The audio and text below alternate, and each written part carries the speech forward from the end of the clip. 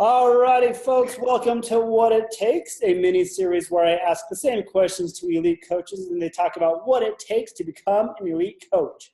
I'm your host, Kevin Shaw, and today we are talking with five-star diamond and two-time elite coach, Tracey Zusman. Tracey, welcome to What It Takes. Thank you. Tracey, tell us a little bit about yourself. Let's see. I've been coaching a little over 2 years now. I started in January of 2015, mostly because I was pregnant with baby number 2 and wanted to get myself back on track with my fitness since I had kind of lost track of that with having my first. And thought, why not sign up as a coach and maybe earn a little extra income also for baby number 2. And it just quickly turned into so much more than that when I had amazing results and just easily and naturally wanted to share that with other people and other busy moms. There you go. It's just a natural progression. Well, Yep. gee whiz, you answered my first question. How'd you get started with Beachbody? Anything else you want to add to that? Anything else you want to add to being introduced? No, it was just a high school friend of mine. So I had, a level of trust with her. I had known her for a while and she'd been doing the programs and getting results. So I decided to go for it. How long were you stalking her for? A couple months. I actually was a challenger with her and then fell off the face of the earth for a couple months because I found out I was pregnant and didn't know if I could afford Shakeology and all of that stuff with Christmas and my daughter's birthday and all of that. So I stopped for a little bit. But then continued to watch her. And after the new year, she reached out to me again and said, I have another group. Why don't you join me again? And I knew how I had felt initially with the Shakeology, and I needed that back because, chasing a 1-year-old and having being pregnant with number 2 can be exhausting. So that's kind of what got me back on track. How about that? No never means no. Yeah, exactly. All right, Tracey, can you describe what those early days looked like for you once you were a coach? Yes. So again, I had a 1-year-old. I was working full-time. I still am working full-time. And I was pregnant, so I was trying to fit as much in as I could. And I really had a deadline. I had August, I was due, and I said, listen, I need to get to Diamond before I have my son.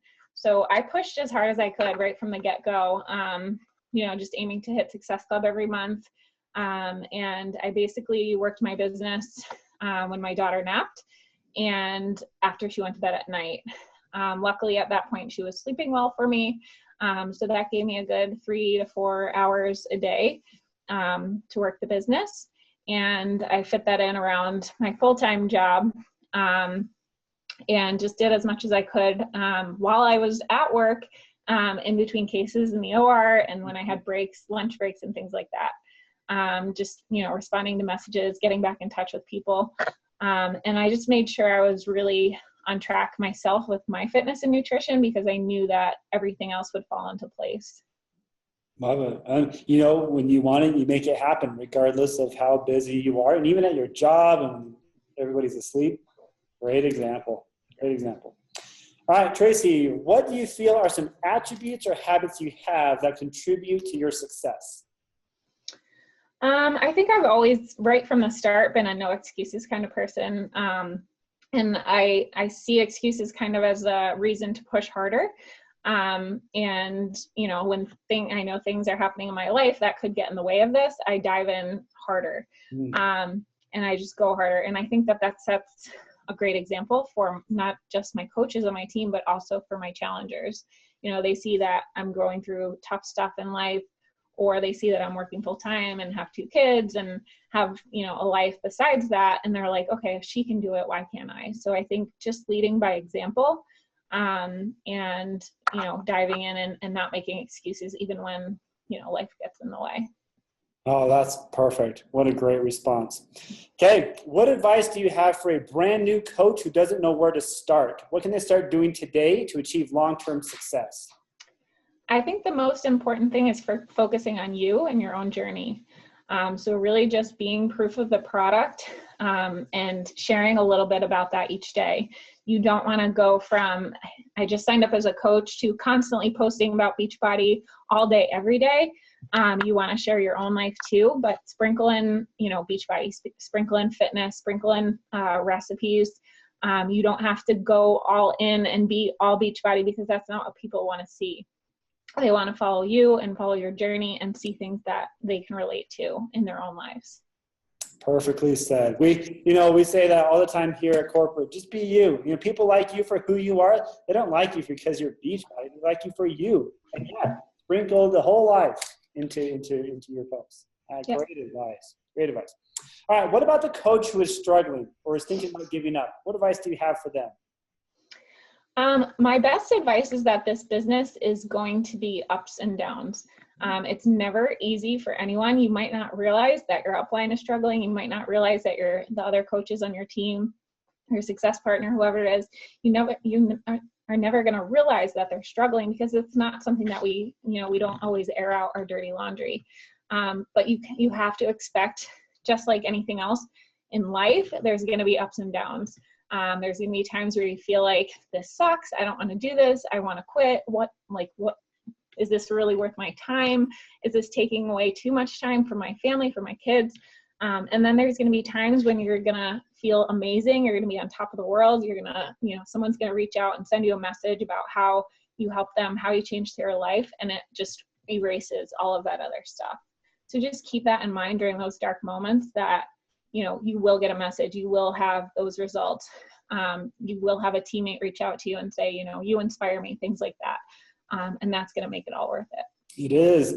And, the people on these calls that I've been doing with you guys have gone through the same. You guys aren't an exception to the rule. You guys have seen those dark days. You have had the ups and downs. And if you're struggling right now listening to this and watching this, it's just part of the journey. And exactly what Tracey said. I love that. Well said. And that's what's going to make you better too, is those struggles. You're going to learn from that. And then the next time you're faced with the same type of obstacle or struggle, you're going to be able to overcome it, and you're going to come out stronger.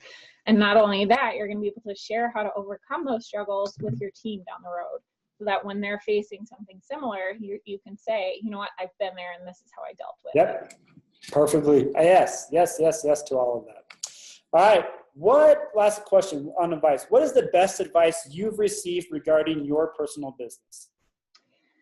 I think that it would be to work with the willing. I know a lot of times as coaches and as leaders, we recruit all these new coaches and we're so excited and we want them to be so successful. And I think a lot of times we allow it to bring ourselves down if they're not seeing success. So all you can do really is give them your best advice, give them your best foot, and try and lead them like you would want to be led yourself.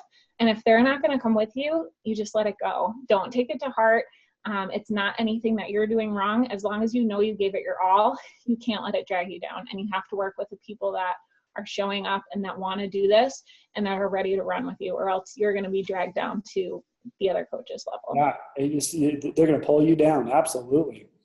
Okay, on to the speed round now. Tracey, this is where I ask you simple questions and looking for quick responses. Okay. On average, how much time do you spend working your business? Probably about 3 hours a day. What's your average SC each month?